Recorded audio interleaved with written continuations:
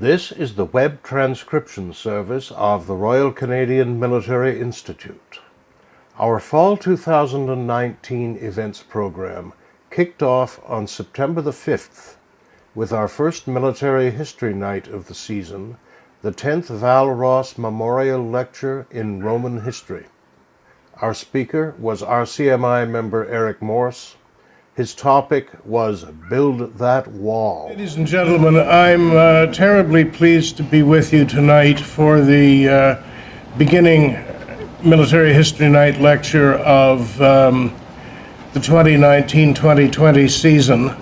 I need to, at the President's request, bring you some sad news that earlier today we were informed that our honorary historian, Dr. Desmond Morton, has passed away in the early hours of the day.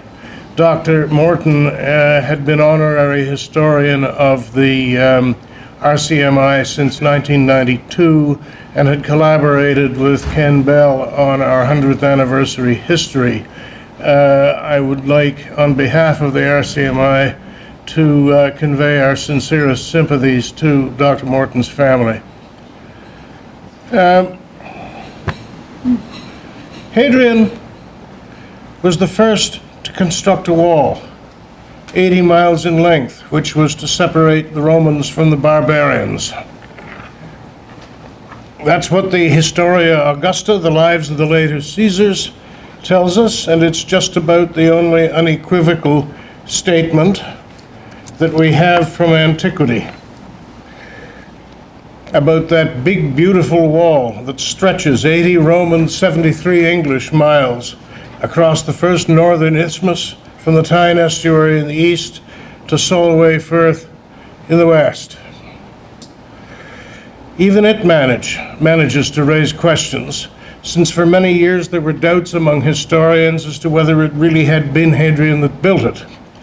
And who were the barbarians that it was supposed to be separating from the Romans? And who are you calling barbarians anyway? The statement is plain enough, yet it still attracts controversy. A lot of it, in the east and the west ends especially, has been built over. And after Bonnie Prince Charlie's rebellion in 1745, the English even had the nerve to build a military road along the top of it, in spite of protests by conservationists of the time, who apparently didn't lie down in front of the bulldozers because, of course, there weren't any.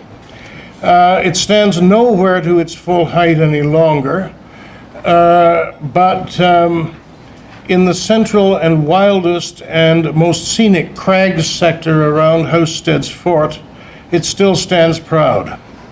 Some of us here tonight have visited it, and just a month ago, the 14th decennial wall pilgrimage took place with 4 busloads of specialists and enthusiasts traveling from west to east along its entire length.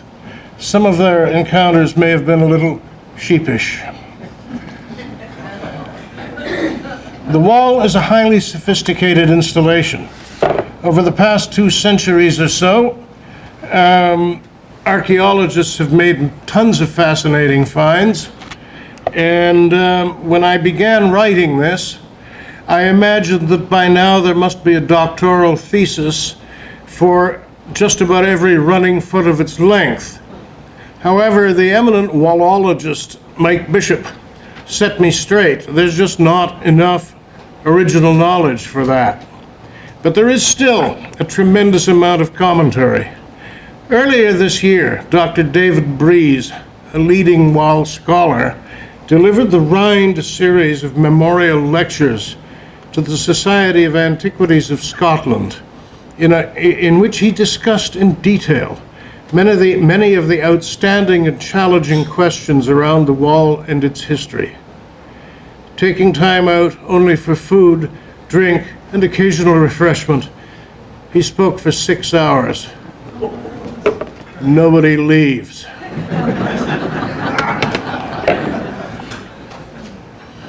The major questions we want to look at tonight: when was it built? Why was it built? That is, what was the original design function? And how did its role evolve over the 3 centuries of Roman presence that followed its construction, with a possible subtext: if you're in there for 4 centuries, is it still a quagmire? 2 things we can be entirely certain of is that it never was the actual frontier, nor was it a Maginot Line.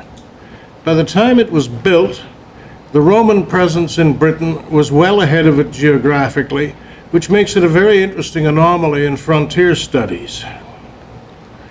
Rome entered Britain on the usual pretexts in 43 AD under the Emperor Claudius, that's him on the right, he Claudius, with an expeditionary force of 4 legions and their brigaded auxiliaries, infantry, cavalry, and specialist troops, totaling around 40,000 men, which, as it turned out, was the force strength necessary and sufficient to maintain offensive momentum in the island. It was also around 1/8 of the entire imperial army, which point also wasn't lost on commentators then or since. They hadn't been there 15 years when Nero's government started wondering about return on investment. But from 70 onwards, Roman troops were operating in Yorkshire and Northumberland. By 74, the 9th Legion was based at York, and southern Scotland began coming onto the radar screen. In around 77 or 78, Julius Agricola became governor. He was an unusual bird in Roman service, a country specialist. This was his 3rd time in theater, and he seems to have had some definite ideas. Agricola advanced well into Scotland above the Forth and Tay Isthmus in the early 80s, and that's something most people don't really understand, is how far they got at various points. They won a major battle against the Caledonians.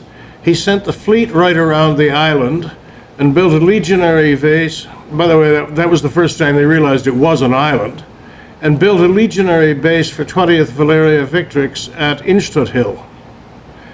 The boys in residence amused themselves by making 10 tons of nails from a local iron ore vein.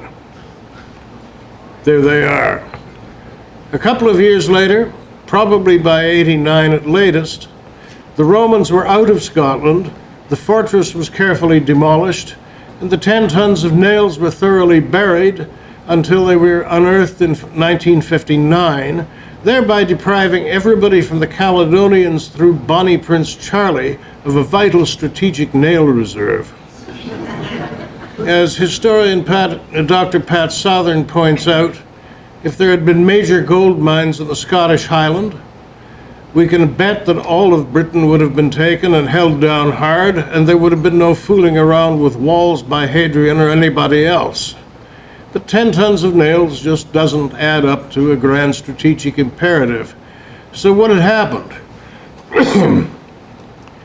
What had happened was geopolitics in the form of the Dacian kingdom in present-day Romania, which had inflicted a couple of serious defeats on the army of the Danube, thereby opening the Emperor Domitian's eyes to a very nasty strategic imbalance in his Central European deployments. One legion was hastily shuffled out of Britain to the Middle Danube. The 20th was shuffled back to Chester to keep an eye on the locals in North Wales. And the Army of Britain was permanently reduced to 3 legions.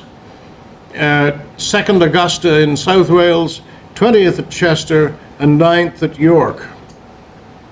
The auxiliary units who manned the net of installations that actually held the province down, think fire bases in our terms, were redistributed back southwards. 4 legions were necessary and sufficient for expansion. 3 were enough to hold on to the province, all else being equal, but not all else was equal all the time.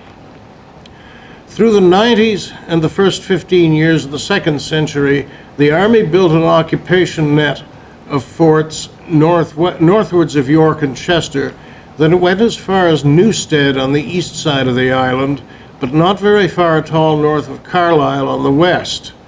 That became more or less the permanent zone of occupation and influence even before Hadrian's Wall was built.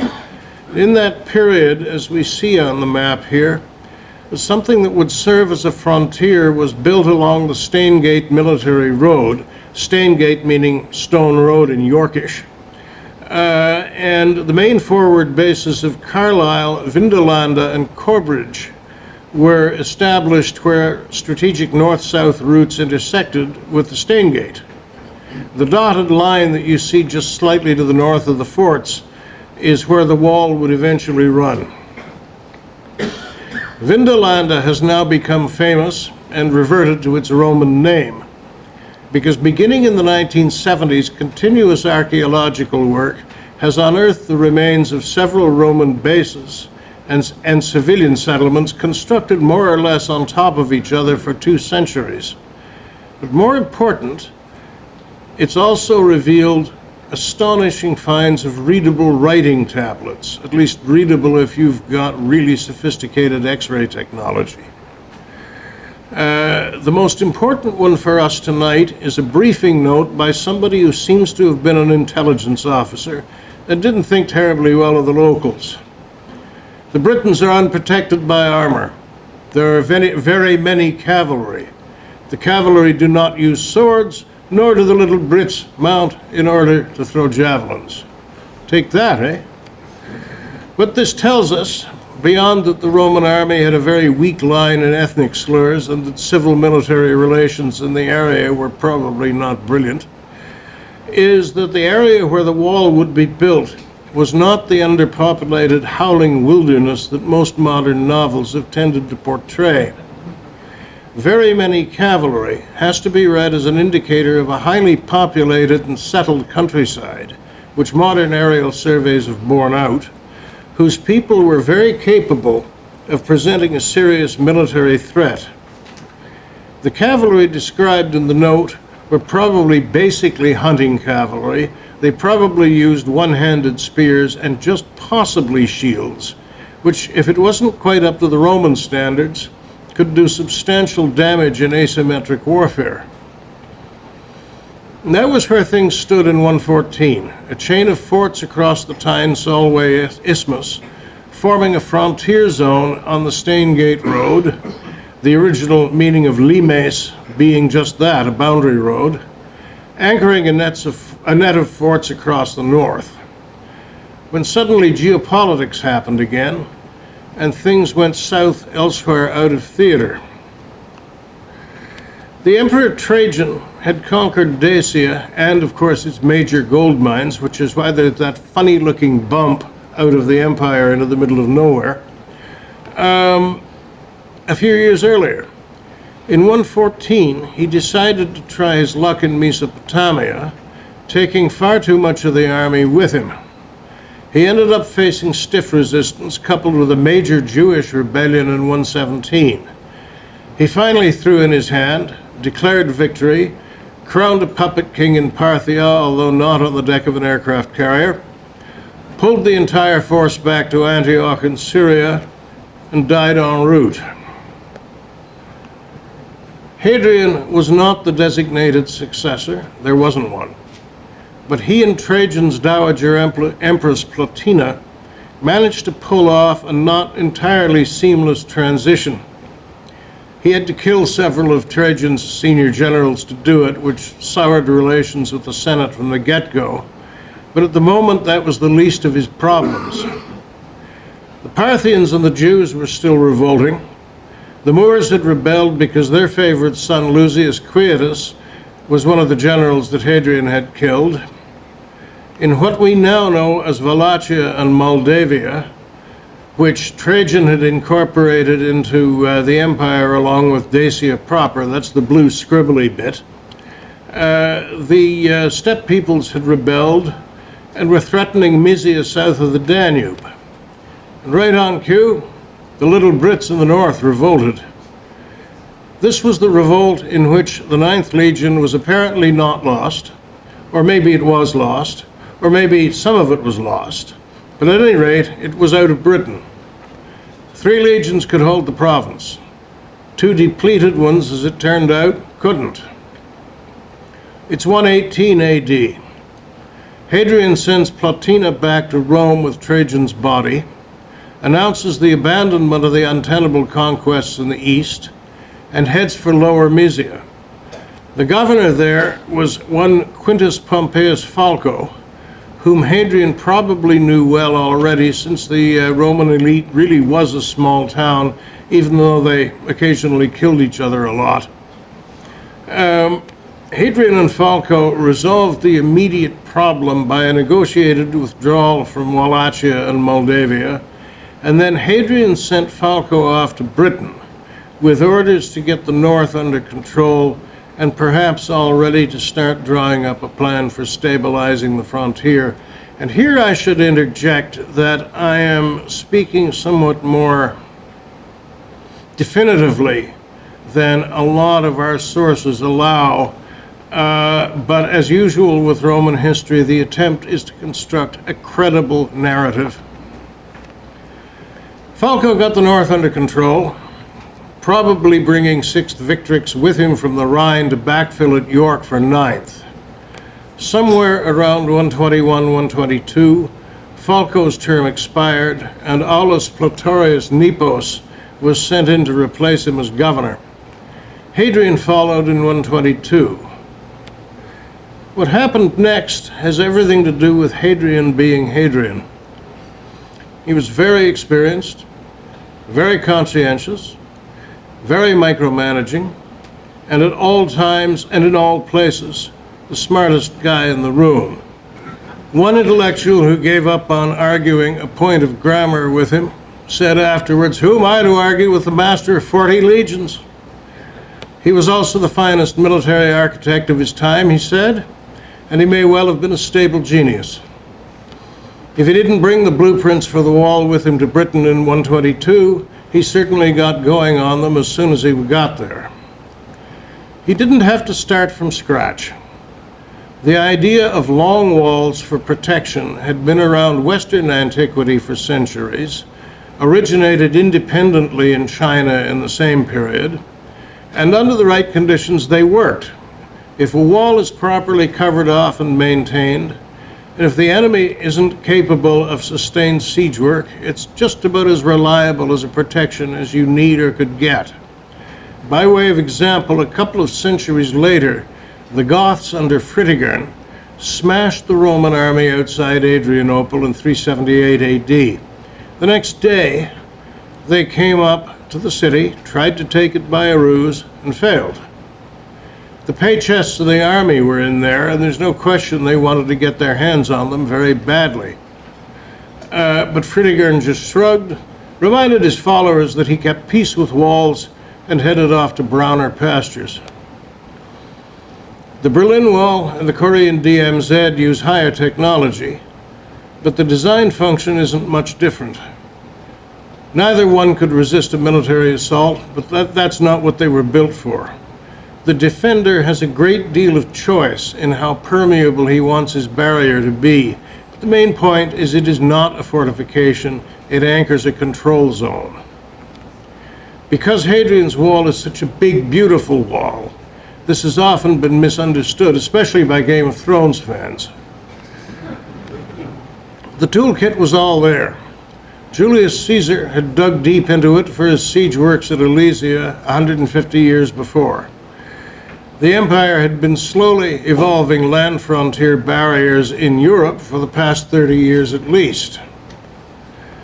The usual toolkit involved a ditch, a palisade, a road, some watchtowers, some forts backing it all up. This was all par for the course, but Hadrian wanted the Cadillac. At some point in 122, elements of 3 legions, who were still the army's field engineers, were turned loose on a 73-mile stretch of territory between Bonus on the Solway and Wallsend on the Tyne. All the construction was done by the legions, whose centuries marked the end of their assigned stretches with inscriptions bearing their numbers in centurions. The legionary section stones were fancier. The boys on quarrying duty left their own graffiti. This particular one says, Flavius Carantinus, my very own rock. There's occasionally a very precious date because not many of them bothered dating them. And there's also quite a few of these friendly little guys.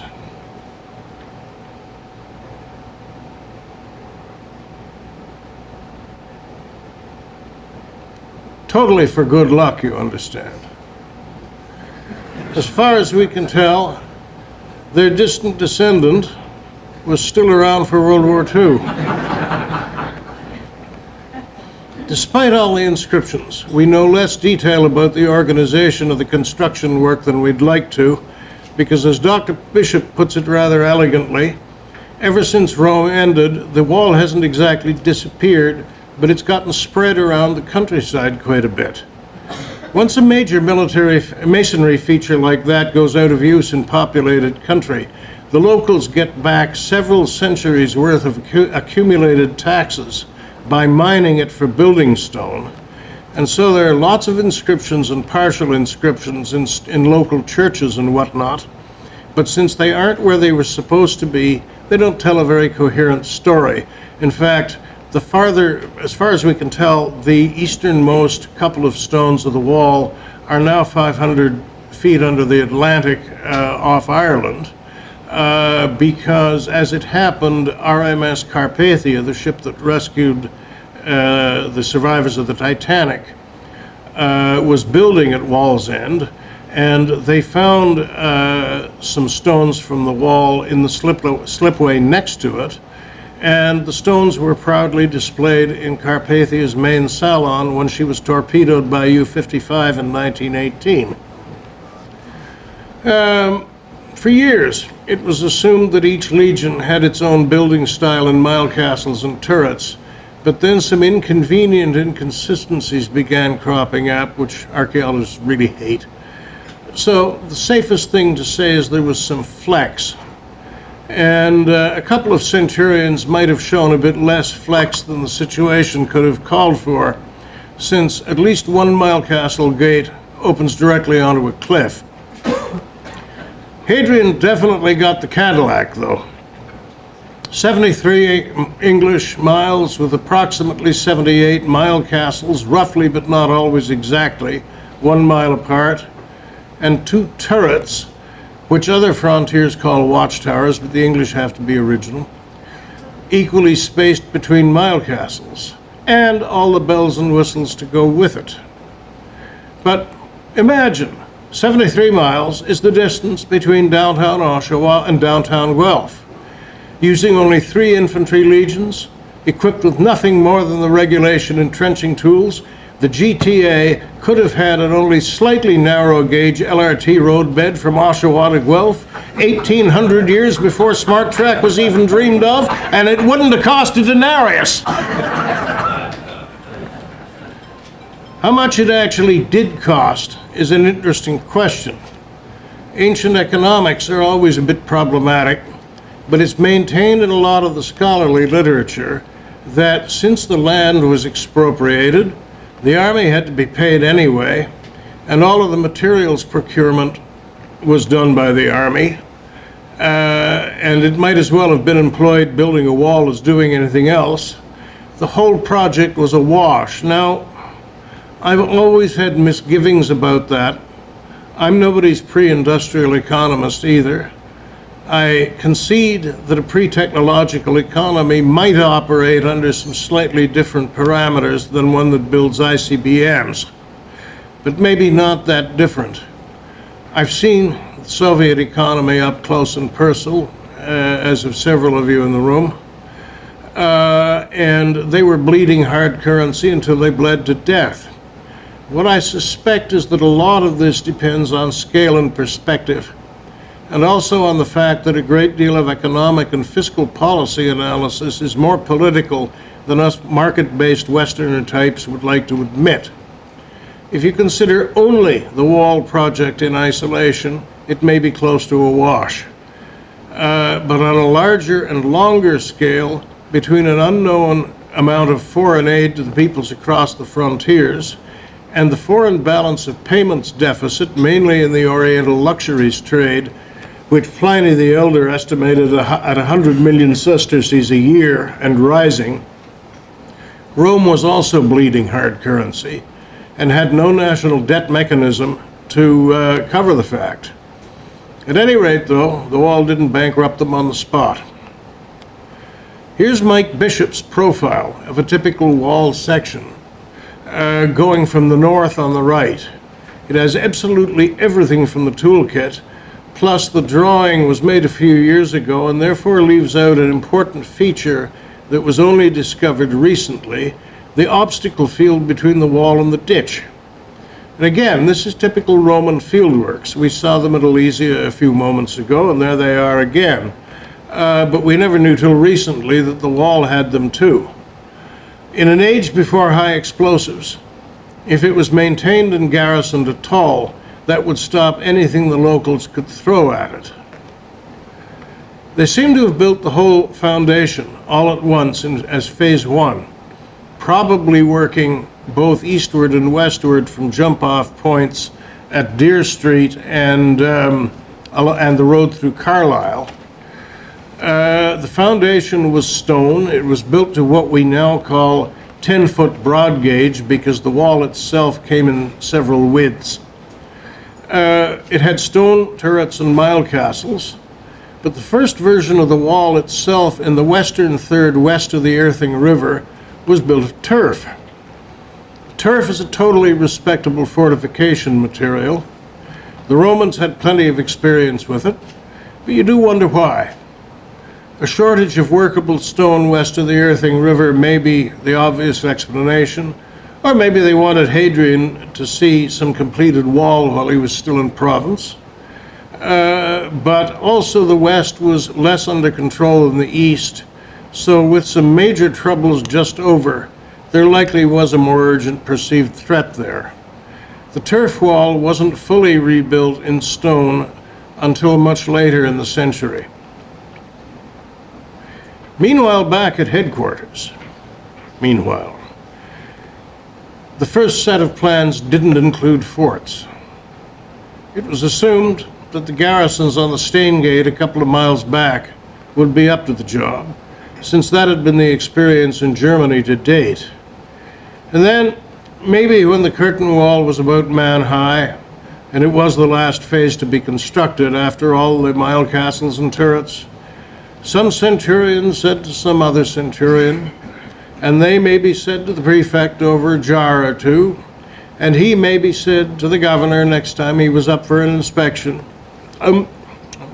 Your Excellency, sir, you know, that's a great wall.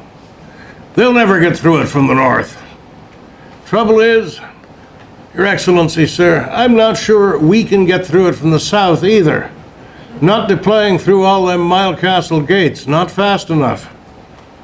Well, you can imagine the language out of the prefect of engineers when the word came up from York, move the forts up to the line of the wall.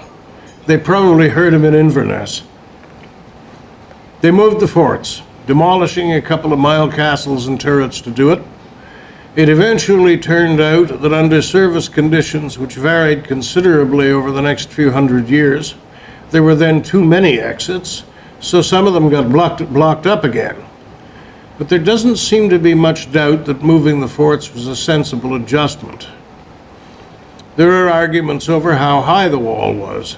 The Venerable Bede, known to many of us from 1066 and all that as the Venomous Bede, says that in his time in the 700s, it was standing to a height of 12 feet. And it probably varied between that and about 20. A lot depends on whether there was a parapet and a rampart walk on top, which is also hotly debated. Indications suggest that there was, but the wall and turrets aren't standing to their full height anywhere anymore. My inclination is that there was a walk and crenellation, built based on indications which include a hint of crenellations on the souvenirs of the day, but also on the thought that this planning was a theoretical exercise very much. And if you're taking troops or supplies along behind the wall, you're blind. The nearest turret might be manned, or it might not be, so you build in redundancy, or at least Hadrian did. Pairs of troops patrolling will see anything that needs seeing, and more important, you can see them, and you know you're covered if there's trouble in the blind spot. All of the illustrations I've used tonight show crenellations. They also show flat-top turrets, although a hipped roof does seem drier, and was used widely on the continent. And a lot of the arguments on this point sometimes come close to how many centurions can dance on the roof of a turret. I mentioned souvenirs. Those aren't them. These are them. Romans loved souvenirs as much as we do, and pretty much of the same kind you'd find at Niagara Falls, except probably fewer t-shirts. We have 3 wall souvenirs, cups and plates, and they give us at least some of the original names of the forts on the wall reading from west to east. It's probably too fanciful to think of them as regimental silver, but there was definitely a demand, and one was found at Amiens in France, where some of the garrison units came from. A set of these would be a lovely little retirement gift, wouldn't it? One thing that one of them almost certainly tells us is what the Romans actually called their own wall. Any guesses? No guesses? They called it Hadrian's Wall. The final major alteration to the original plan seems to have been the addition of what we perversely call the vallum, since it's actually a ditch, but it's quite a substantial ditch, at a varying but decent distance southwards with mounds on both sides. Now, there have been great discussions as to the design function, but I think probably it was introduced simply due to a desire to regulate access to the immediate rear of the installation. A ditch and mound system would have slowed up anyone long enough for an investigation, and you could always bridge it or cut and fill causeways and bridges as circumstances dictated. At a couple of main points, there were ceremonial arches over the gateway, or over the causeways, so it definitely had some political significance when it was built. Oddly enough, at this point, there was no service road conceived immediately behind the wall, because they'd probably assumed the Stane Gate would serve the purpose, but that was before they decided to move the forts. Was the wall decorated? Well, you'd think it was impressive enough already, but there are other examples from antiquity of walls being whitewashed and then picked out with red fake mortar lines. And that would definitely add a certain shock and awe. There are hints from finds along the wall that whitewash might have been used. There's some question about it, partly because the whitewash fades very rapidly on reconstructed samples. But this could equally have been a feature. If you got the boys out whitewashing the wall every few months, they'll hopefully have less time to think about maybe whitewashing the centurion. Here are a couple of pictures of the reconstructed section of the wall at Wallsend, Segedunum. They show the nicely dressed stone of the rubble lining, and they postulate a rampart walk and crenellations. And what lay beyond the wall? If you read your Eagle of the Ninth, you read, from Lugavalium in the west to Segedunum in the east, the wall ran, leaping along with the jagged contours of the land, a great gash of stonework, still raw with newness. And you read that centurion retired Marcus Aquila, in his clever disguise as Demetrius the traveling oculist, passed through the fort of Kilurnum in the central sector and out into the wilderness, and came eventually to the abandoned fort of Tremontium, where he met Gwern, the survivor of the 9th Legion.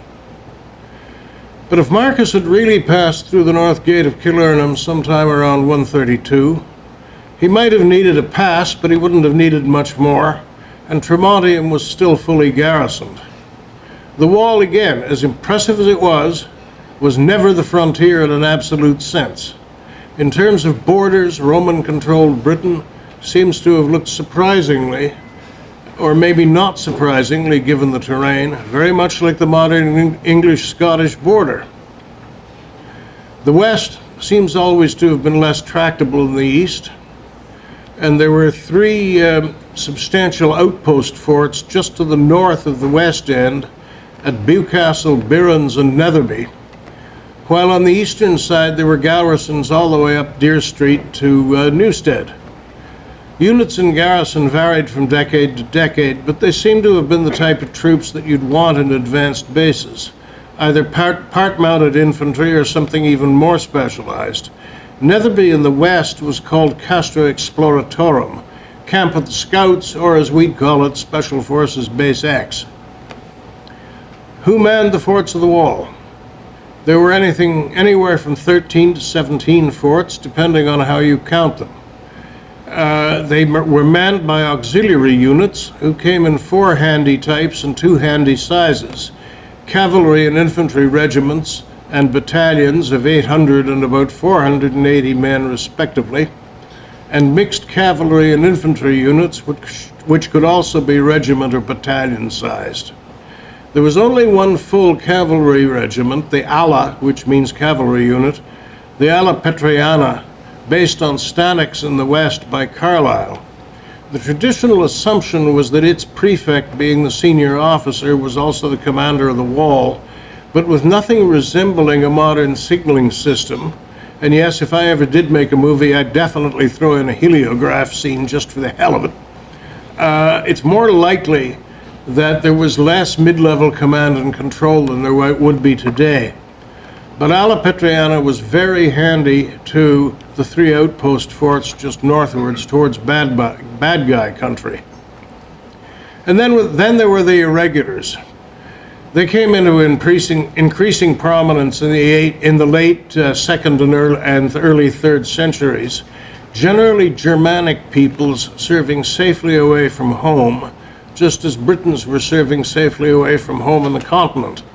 At housesteads at one point, barracked along with the 1st Tungrian cohort of mounted infantry, you had Notfried's regiment of something or other.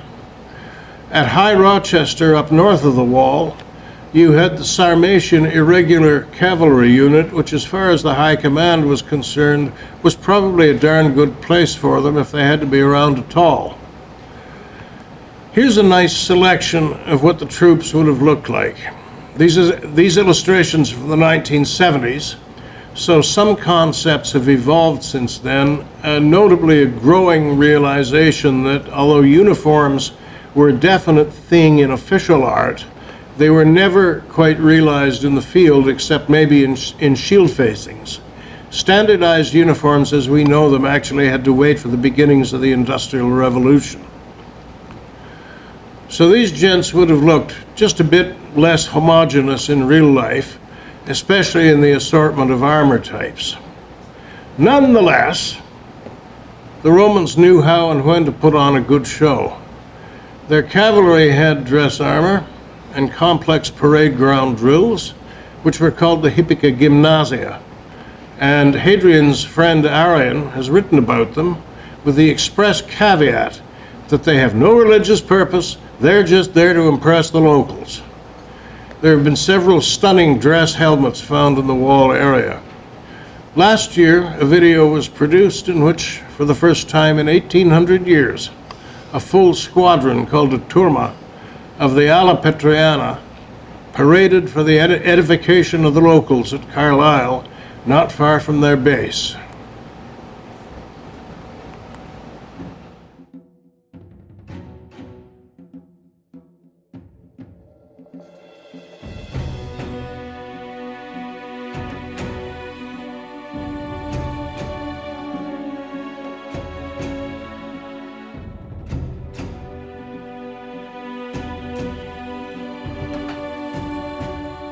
The TURMA event in Carlisle in July 2018 was intended both as public spectacle and as a piece of historical research. This short film explores the experimental aspects of the TURMA event and how these contribute to our understanding of Roman cavalry equipment and the Hippica Gymnasia. Described by Arrian in his manual known as the Ars Tactica, and by Hadrian in his speech to the Roman army of Numidia.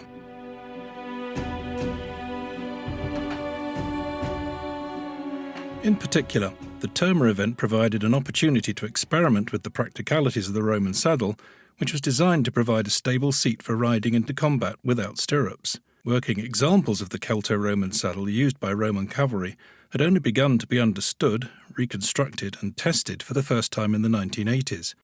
Since then, reenactors had used them in small numbers, but the dynamic of a mounted group as large as a TURMA was bound to be different from that of smaller groups of riders.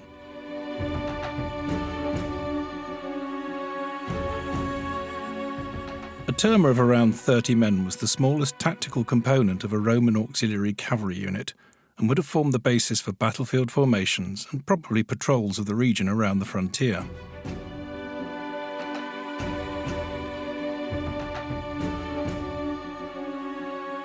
All housed in the same barrack block, training and campaigning together, these men would have boasted a distinct esprit de corps within their parent unit.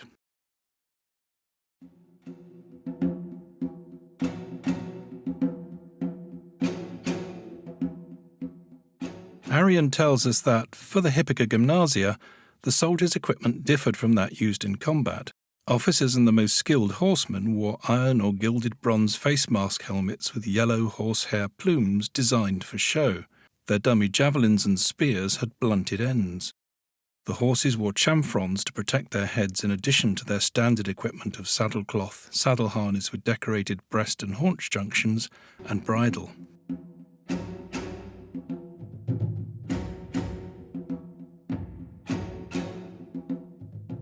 During the practice day for all 30 riders before the main event, it was apparent that they quickly adapted to working together, and by the afternoon they were getting visibly smoother and tighter with every manoeuvre.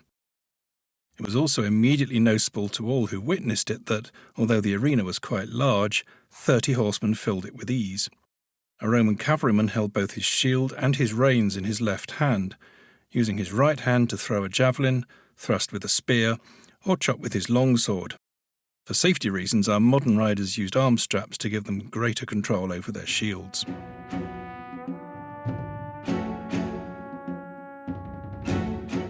As described by Hadrian, the Hippica Gymnasia comprised 3 main phases. The first phase saw the entry of the competing TURMA into the arena in a simulation of a surprise attack bursting from cover. The second part comprised a series of group manoeuvres demonstrating the skills of the soldiers in working together.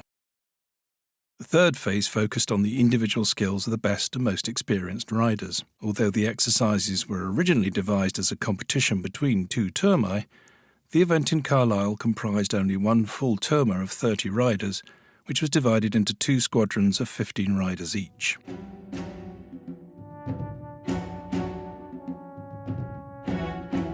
It was not possible in the public performances to follow precisely the various phases and exercises described by Hadrian.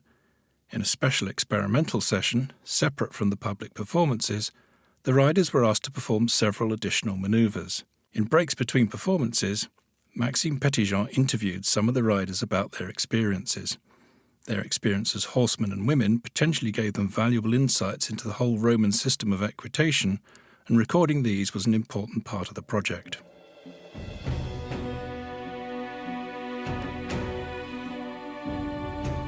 The full TURMA arrived in the arena with the Emperor Hadrian at their head and paraded around the arena in 2 ranks of 15.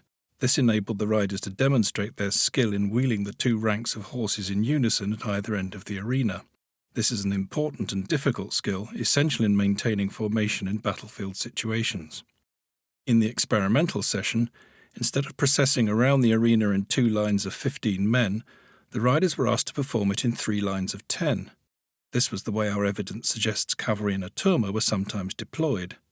Sure enough, with only a small amount of adjustment, the formation began to gel and showed that this was just as easy for them to do.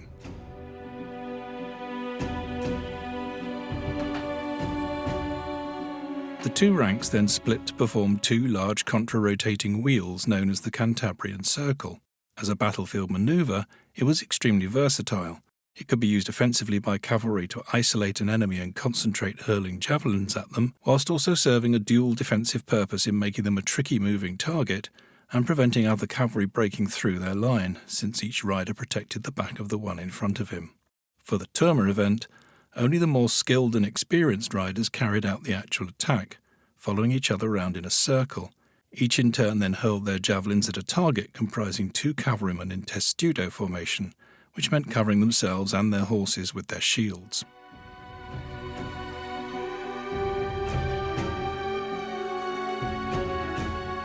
The next request made of the riders and horses was more demanding. This was the formation the Romans called the wedge, or CUNEUS, and it was found amongst both infantry and cavalry. It enabled troops to break through an enemy formation and split it asunder, almost invariably leading to disarray. This required all 30 cavalrymen to combine 2 staggered lines into one giant arrowhead, and then process around the arena at ever-increasing speeds. First walk, then trot, finally canter.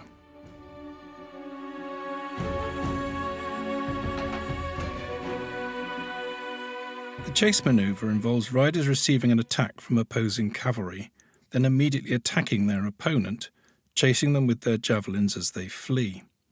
The fleeing opponent would demonstrate their skill in fending off their pursuers by carrying their shield behind them.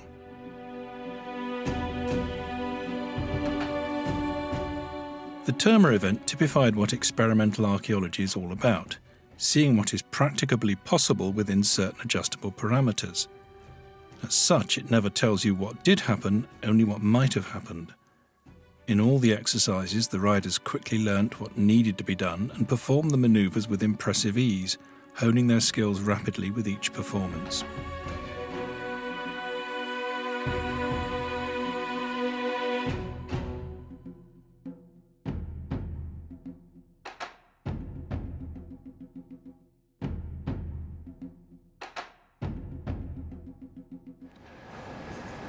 It looks a bit different from what we tend to think of as Roman troops, doesn't it?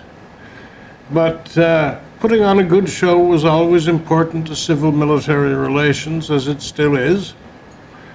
And along the wall there were officers called regional centurions, and their duties included every once in a while getting into full rig and stomping with a couple of squads into some village full of guys painted blue and ripped on rot-gut mead to supervise the local elections, markets, and treaty arrangements. These fellows look like they seem to be having a pretty easy day. Undoubtedly, though, every once in a while somebody got tarred and feathered and run out of town, not unlike the first U.S. customs agent at Stansted, Quebec, come to think of it. So there we have it. That big, beautiful wall, completed around 130, fully built, fully manned, fully operational. Having an impact on the neighborhood, probably not completely welcome to everybody in the neighborhood. Villages grew around the forts. Some of them acquired civil status, people intermarried, merchants accumulated, babies were born, souvenirs were sold, you know, the whole thing. Recreational facilities flourished. 15,000 troops makes for one heck of a payroll. And a huge part of the northern economy would have centered around it, because whatever else the Imperial Roman army was wherever it went, it was the company town on a scale never before seen. But also, just north of the wall, land went out of cultivation, which is interesting in context, because not long ago there was a complaint from Pakistani Balochistan that the Iranians had built a border wall and the farmers were afraid to cultivate too close to it. Demilitarized zones, especially the more militarized ones, have certain universal effects over the ages. How long did the wall last in service as designed? Maybe 14 years. What happened then? They mothballed it. Why is an interesting question. Hadrian died in 138. His successor, Antoninus Pius, had no military reputation. What are we doing? Why are we doing this? Stop. Pat Southern thinks that this may have been one motivating factor as a return, or in a return to the Fourth Clyde line, although there is also mention of serious troubles in the sources. Although academia frowns on comparing different regions and historical eras too freely, the firm impression that we get is that conditions in the area probably had a nodding relationship with conditions in the border reivers era 1,000 years later, Because after all, geography is geography, people are people, and steel sheep. The continuous heavy foreign military presence invites an even closer comparison to southern Afghanistan, never really at peace and often at serious levels of violence. Antoninus's governor, Lollius Urbicus, may have reported that he thought annexation was necessary and or viable, but it doesn't seem to have happened without some very stiff resistance, especially on the western side. Just north of Carlisle, there's a hill fort called Burnswark, which seems to have undergone a sustained assault, almost certainly by a legion, because they were the ones with the organic weapons section. They found masses of catapult ammunition and sling bullets, including about one of them in 5 that are perforated and give off a nasty whistling sound when slung. So, okay, I mean, that probably didn't sound all that impressive. But if you're an Iron Age kind of a guy, and you've got maybe 500 of those things coming at you per minute, with the stopping power of a .44 Magnum, to you, it might just sound a little bit more like this. Which is why, since we already give new dinosaurs humorous but relevant names, I think archaeology should definitely call these fellows Stukai. In any case, by about 144, the Romans were back up at Forth and Clyde, and guess what they were doing? They were building another wall! This one was no Cadillac. Doesn't mean it wasn't effective. In fact, it was probably more like what the army would have built for Hadrian if they'd been left to themselves. It was half as long as Hadrian's wall, and it was built of turf on a stone foundation, which sounds familiar.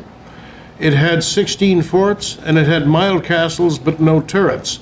It shows that the Romans had learned from experience. The design was simplified, and unlike Hadrian's wall, there was a dedicated service road between the forts. We're not totally sure how the lowland tribes in the west reacted to all of this, although Burnswark probably gives us a pretty good reading. At all times, there seems to have been a system of treaties, understandings, and arrangements of convenience. The Free Britons probably suffered from diffuse leadership, which may have made compliance a little interesting. Dr. David Breeze has a nice sketch of possible spheres of influence that dates from slightly later in the 2nd century, but may well also represent something like the state of affairs when the wall was occupied. Again, it's vital to note that it wasn't the final frontier any more than Hadrian's was. The Antonine Wall lasted from about 144 to 165, and then they pulled the whole business back to Tyne and Solway and began putting Hadrian's Wall back into commission. Why? Geopolitics had broken out again. Antoninus died in 160. In 161, a major war broke out in the east. In 165, a major plague, probably smallpox, broke out across the empire, which seems to have hit the army very hard.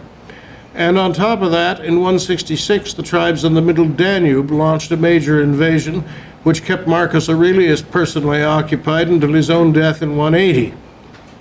We can guess what was happening in Britain in those days. Major drafts of reinforcements to the continent, a pullback from the advanced Forth Clyde line, and probably substantial depletion of units nominally in place. One thing that supports that last thought is that at the big legionary base in Chester, which had been built in the late 1st century, much of the interior of the base was never built up at all. Roman bases were designed to hold a certain number of men, and Chester base was clearly never at capacity throughout its service life. We begin to see a cyclical pattern developing in Britain. They need about 30,000 men to hold it securely. You can deplete formations, but a certain level of deterrence has to be maintained. There are periods of equilibrium that are then upset by developments in places more immediately urgent to Rome. In turn, that triggers a drawdown of troops from the Army of Britain to meet immediate needs on the continent.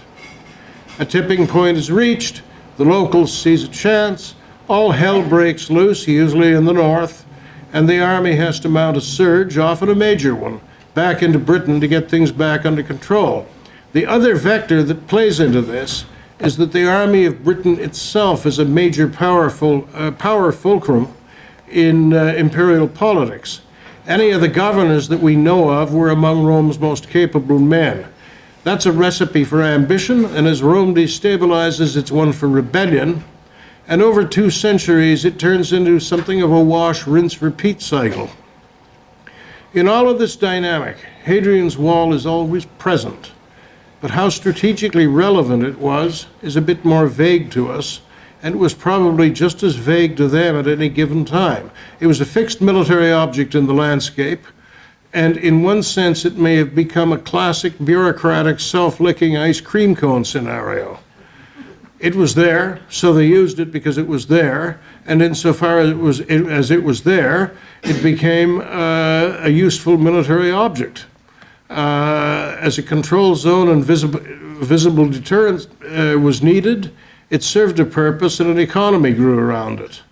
But many of its facilities went out of use, probably redundant as soon as they relocated the forts in the first few years of construction.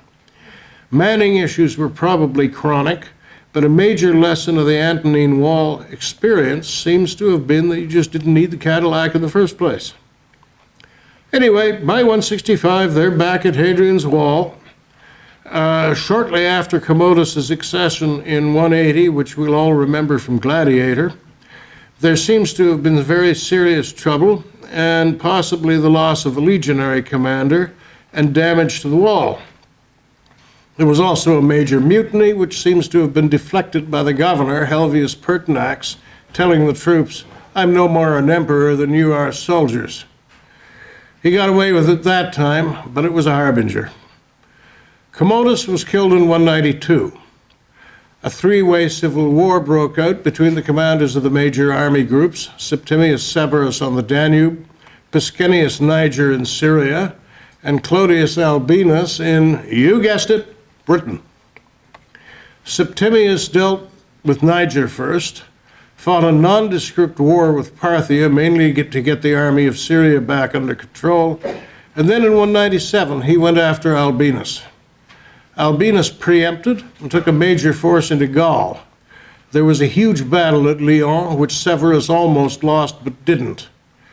Casualties on both sides were immense. Severus then purged the surviving Albinian officers and sent what was left of the army of Britain back across the Channel under a new governor and a new bunch of politically reliable officers. And you can imagine what condition that force was in. Was the wall stripped for that operation? We don't know. What we do know is the new governor had immediate troubles with the Britons and basically had to buy them off, because remember, all the treaties always expire as soon as anybody you signed them with expires. Severus had to bide his time for 10 years, and the situation probably remained unstable, but in 2007 he was ready to deal with Britain. He was in his final illness, and he wanted to get his 2 sons, Caracalla and Geta, who couldn't stand each other, out of Rome and into the field. He had sent a new governor, Alfinus Senecio, in ahead of him to make preparations, and these seem to have included building a massive logistics base and port at south shields of the Tyne estuary, which we think may have been staffed by a rather interesting bunch, the specialist unit of Tigris bargemen from Mesopotamia, whose name is still on the roster at the end of the empire. Sometimes the Imperial Army can remind you of Hollywood. I don't know, ask casting, they can find anybody. Governor Alf, as he was probably never known, had done his job, and in 208, Severus arrived with the full court and a huge expeditionary force, and immediately set off north of the wall for Scotland. Dio says he intended to take the entire island. He may have wanted to, but he didn't. Asymmetric resistance was savage in a way that both Kipling and the Russians would recognize from Afghanistan. Severely wounded soldiers were killed by their comrades to keep them out of enemy hands. Really, it would be surprising Dio cites a casualty figure of 50,000, but it would be surprising if the entire army was that big.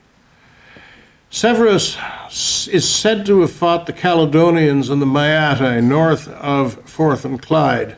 Now, I've been deliberately vague tonight about who the locals were, because our knowledge is so sparse.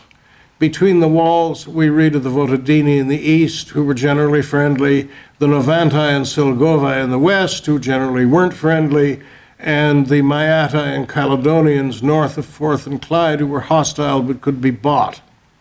But these names don't mean a lot that we can pin down. Then later on we have the Picts, which simply means the painted people, so it's not much of an improvement over Little Brits. Roman ethnography strives to strike a balance in accuracy and sensationalism somewhere between the National Geographic and the National Enquirer. It usually succeeds. Dio Cassius has a story of a delightful conversation during Severus's final peace talks, presumably over plenty wine, between the Empress Julia Domna and the wife of a Caledonian chieftain about their respective national sexual customs. It's funny how the Romans never seem to come out well in these anecdotes. In 210, Severus went at it again, this time, according to Dio, with the intention of leaving nothing living behind him.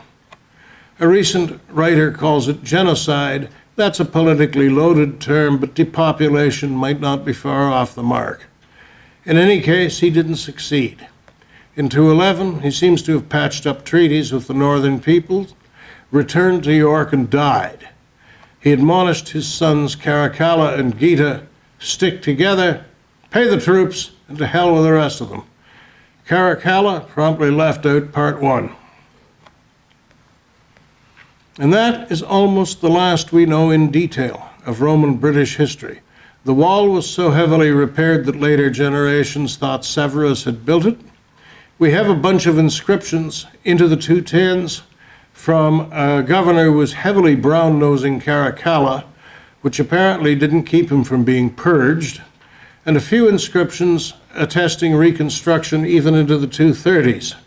But beginning in the 230s, Rome slid into a 50-year-long period of anarchy, when Britain was hardly on the radar screen except as a source for troops, but on the other hand seems to be relatively unmolested, and it's just possible that Severus's depopulations at the beginning of the century helped open the way for later migrations from Ireland. But there was continual trouble on the Rhine and the Danube, and we can postulate a slow drain of troops out of Britain with not much going back the other way. If there was relative peace in Britain, that changed around 270 or even earlier, when there began to be serious Saxon raids and the great Saxon shore bases began to be built. In 284, Carausius, the commander of the British fleet, revolted and set up a going concern in Britain. He was murdered by his finance minister in 293, and in 296, the Caesar Constantius liberated the province, at least that's what he called it, there you can see him liberating, and had to do some heavy fighting in the north. 10 years later, he was back at it. He seems to have done some restoration work on the wall. His son Constantine the Great was proclaimed emperor at York, so more troops left Britain to fight his war. In the 4th century, the wash, rinse, repeat cycle continued, probably always with more troops draining out than staying around after each surge. We begin to see more and more Germanic, not Saxon, units scattered through the north of Britain from Constantine's new model field army.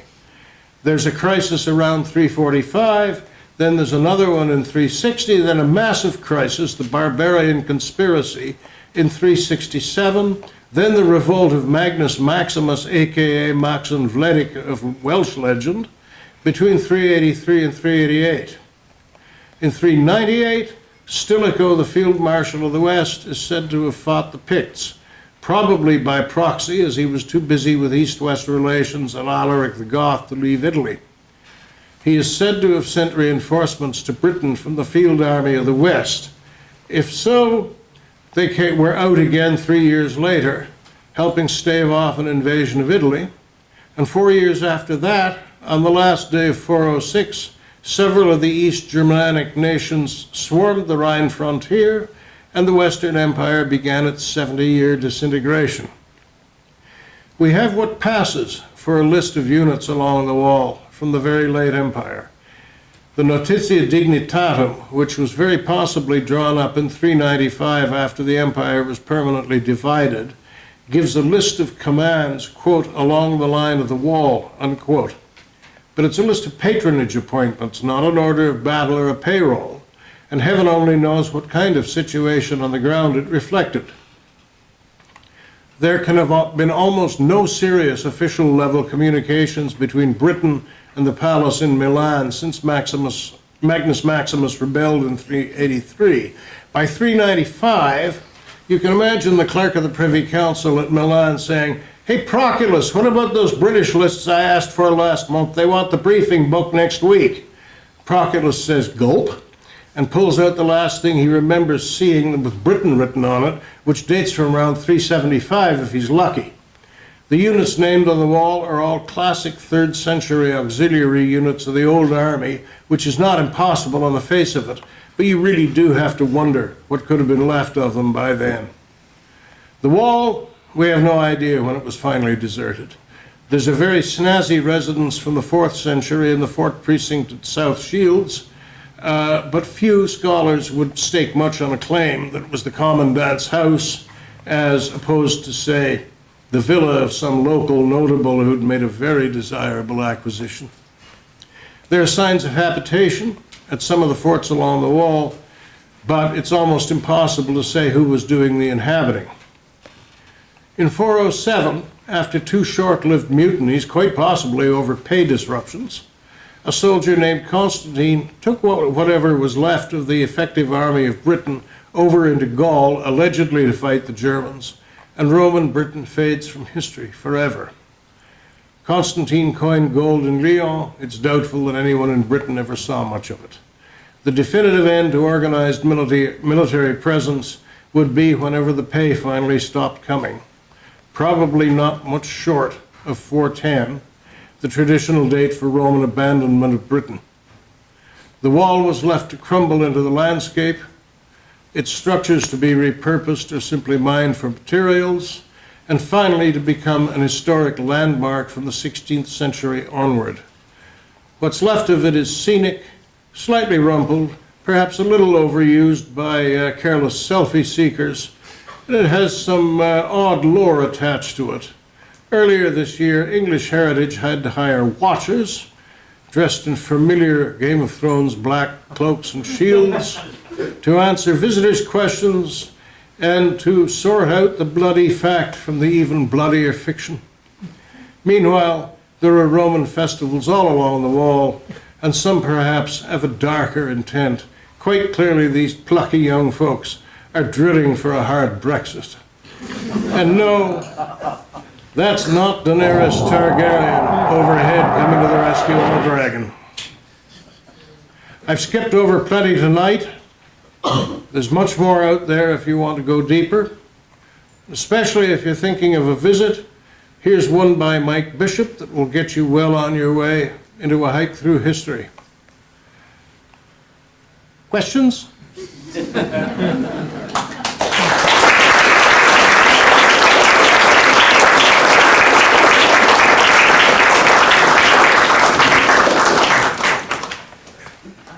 Is there any indication that there were, even though we haven't got them, there were engineering drawings, or what would, even a sketch on a piece of paper, like they went for the Gulf War, they had a meeting in Ottawa, and somebody sketched a destroyer, and they figured out what they needed.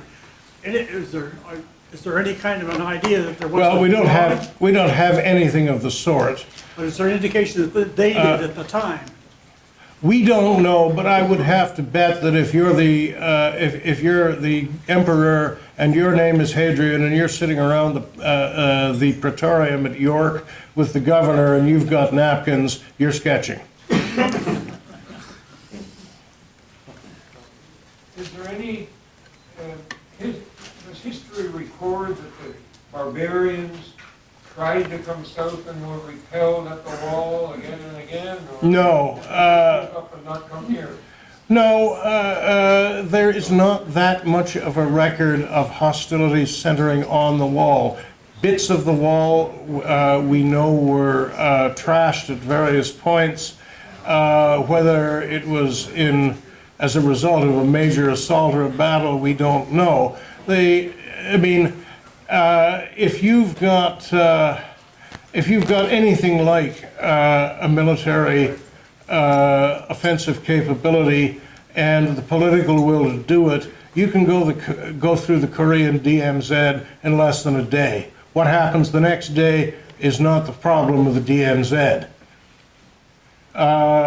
Walls have a political and a symbolic function. They have a control function. Once upon a time in about 1992, I went to a midnight picnic on the banks of the scenic Bug River between Belarusia, the former Soviet Union, and Poland. And the KGB border guard patrol boats were still going up and down with their little searchlights about every 100 yards apart, but now they were waving instead of shooting. And it makes a frontier a very nebulous thing to pin down. Was the stone all quarried locally, Eric? Yes, mostly in the central sector, in the Windsill area, and that's one of the questions that Mike Bishop's book will answer for you. Eric, you had a slide which showed a string of forts going down the Solway Firth, extending the wall. Oh, the Scots have a navy or a way of doing an end run around Hadrian's wall? Those forts were built in the first phase of enthusiastic overplanning. They weren't all occupied all the time. There was a major naval base at Ravenglass down towards Wales, but the Cumbrian forts don't seem to have been put back into commission. When the Antonine wall retracted to Hadrian's wall, the archaeological record for those forts isn't good. We just know that they were built when the wall was built. How stable is turf in a heavy rainstorm? Extremely stable. Or to put it another way, they didn't seem to have much trouble with it, and if they did, they had plenty of guys with turf cutters to repair it. Would the Romans have bothered mounting ballista on the wall or anything like that, or was that? That's a real good question. They had ballistae, they had field ballistae. Somebody in Germany has now actually reconstructed a hopper feed ballista, which he complains is too accurate, which in fact is a serious accusation against a machine gun. But they wouldn't have been used on the wall, I don't think. There's a record of something called a ballistarium, but it might just as easily have been a workshop. I don't know what you'd do with one, since you weren't planning on using the wall as a defensive barrier. The boys up at Burnswork certainly saw them, but that was a legionary siege.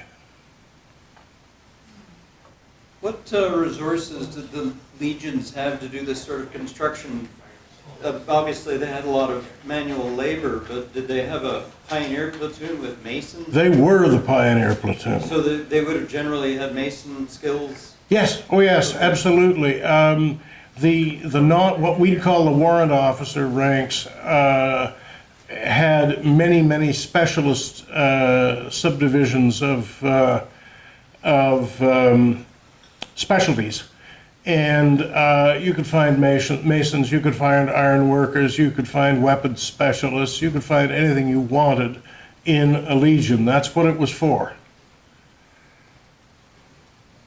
Eric, why was Britain generally considered an asset to the empire? The two sources we have that refer to it suggest that it wasn't.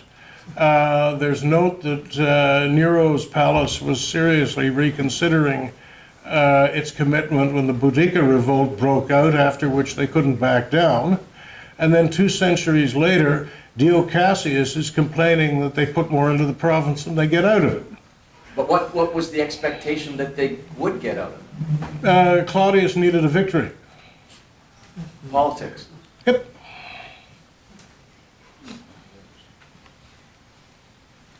Any more questions? Have you actually walked the wall yourself? And if you have, how long did it take?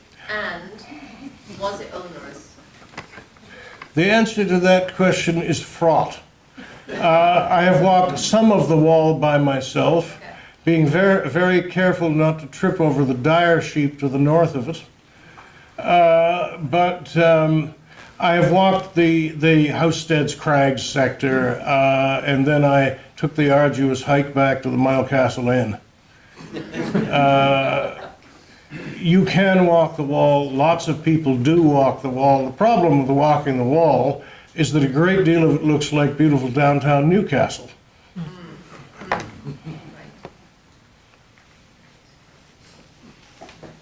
Whereas, when I was over there working in 49, I went to a port called Borovicium, but I can't find it. Is that renamed? That's Housesteads.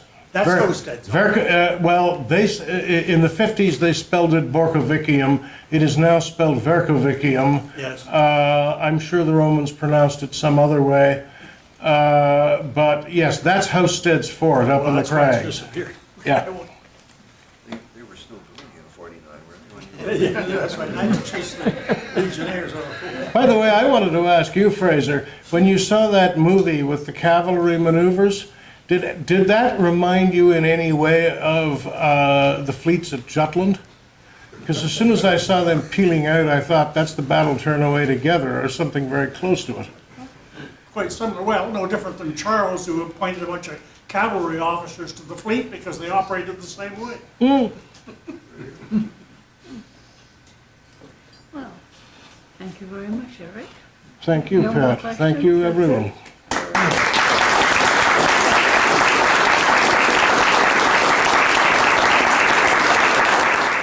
This has been another in our series of webcasts produced by the Royal Canadian Military Institute in Toronto as a public educational service. You can find news of upcoming events and links to our webcast archives at www.rcmi.org. On behalf of the RCMI, this is Eric Morse saying goodbye for now, and thank you for joining us.